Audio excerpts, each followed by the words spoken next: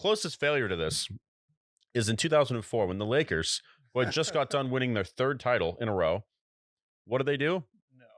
They went out and signed Karl Malone, who was 40, and Gary Payton, who was in his late 30s, after they had played a whole decade before and then some.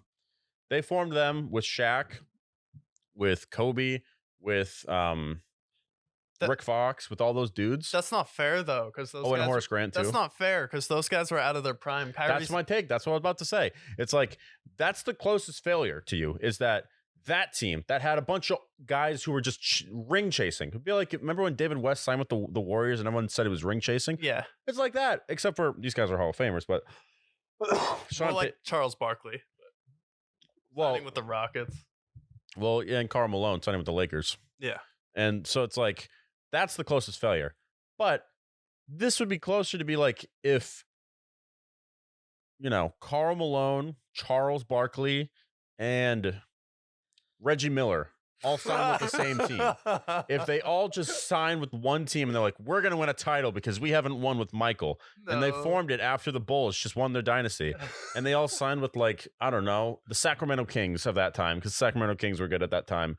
And it's like built a really nasty roster. They had a bunch of role players that signed for the league minimum so that they could ring chase. It's like the whole team was comprised of ring chasers. Yeah. Like nobody actually wanted to put in the team effort. And that's why they sucked. That's why and I understand they had injuries and you can point some fingers, but it's like, that was a failure. Massive failure. I don't even think failure is the right word. Catastrophe, train wreck, nuclear bomb of a failure. Like you can't even put words into how big a failure this is. Yeah, bro. They didn't even know how to wash their sheets. It was so bad in there. Yeah, that was definitely a failure. And I feel like it's going to go down as one of the most disastrous things because it's like, always. KD asked for a trade with 3 years left on his deal. I'm like, are you out of your mind? And yeah. It's like, I was someone who was like frothing at the mouth to put KD over LeBron. And it's like, no, now my hierarchy, it's like the West is pretty weak this year, right? And they're probably going to be weak for another year, 2 or 3. Potentially, yeah. What if Jason Tatum goes on a run and wins 3 straight rings with the Celtics? It's like if Tatum wins 2 rings and is the Finals MVP with the Celtics, statue. Yeah, He's gonna be a statue in Boston for sure. But then his legacy is greater than Kevin Durant because he stayed home and did it with one of the most storied franchises in history.